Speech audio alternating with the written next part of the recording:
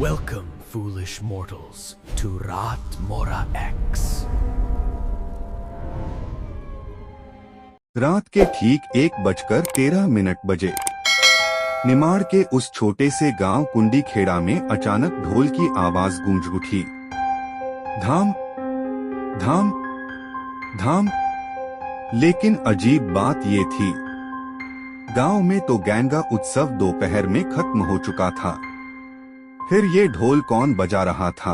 और सबसे डरावनी बात, उस आवाज के साथ एक लड़की की हंसी भी सुनाई दे रही थी।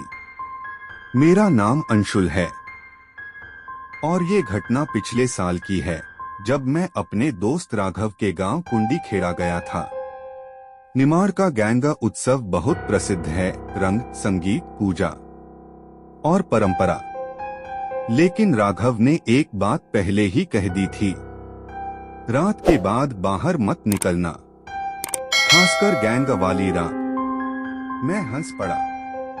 भाई, ये 2025 है, भूत प्रेत नहीं होते। वो चुप हो गया। बस इतना बोला, जो दिखता है वो हमेशा सच नहीं होता। दिन भर सब कुछ सामान्य था, नाच गाना, पूजा, खुशियां। लेकिन मैंने एक अजीब चीज नोटिस की। पूरे गांव में एक लाल घूंघट वाली लड़की की मूर्ति थी, जिसे लोग गैंगा की देवी कह रहे थे। पर हर बार जब मैं उस मूर्ति के पास जाता, मुझे लगता जैसे उसकी आंखें मुझे देख रही हैं। रात के करीब 1:13 बजे मेरी नींद खुली, उसी ढोल की आवाज से। धाम धाम धाम। मैंने सोचा कोई मजाक कर रहा है।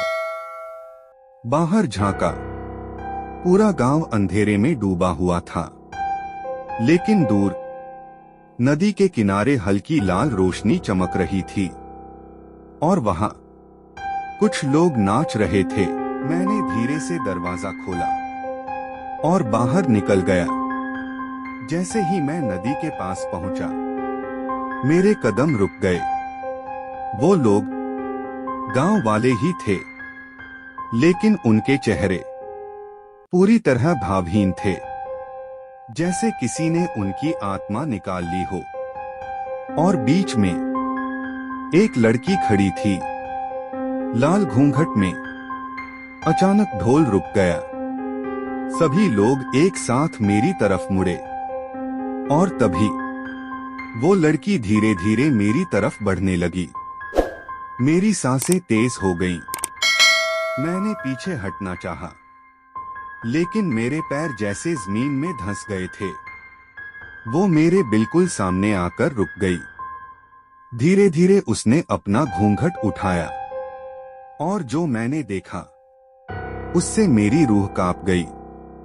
उसका चेहरा मेरे जैसा था, बिल्कुल मेरी तरह। वो मुस्कुराई और बोली, हर साल गैंगा पर एक नया चेहरा चाहिए होता है। मैं समझ नहीं पाया। क्या मतलब? वो हंसी, ताकि उत्सव कभी खत्म न हो। तभी मैंने देखा, राघव भी उन्हीं लोगों में खड़ा था, भावहीन चेहरा। मैं पूरी ताकत से पीछे हटने लगा और अचानक मेरे पैर खुल गए। मैं भागा, पूरी ताकत से भागा।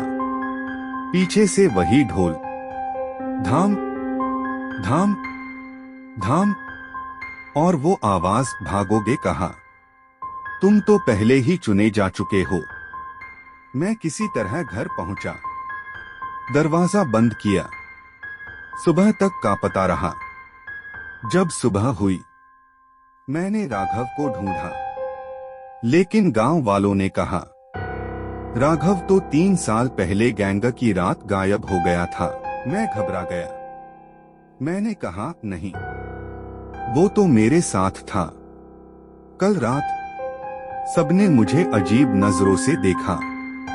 तभी एक बूढ़ा आदमी बोला, जिसे तुमने देखा वो असली नहीं था, गैंगा की आत्मा हर साल किसी का रूप ले लेती है और फिर उसे अपने साथ ले जाती है।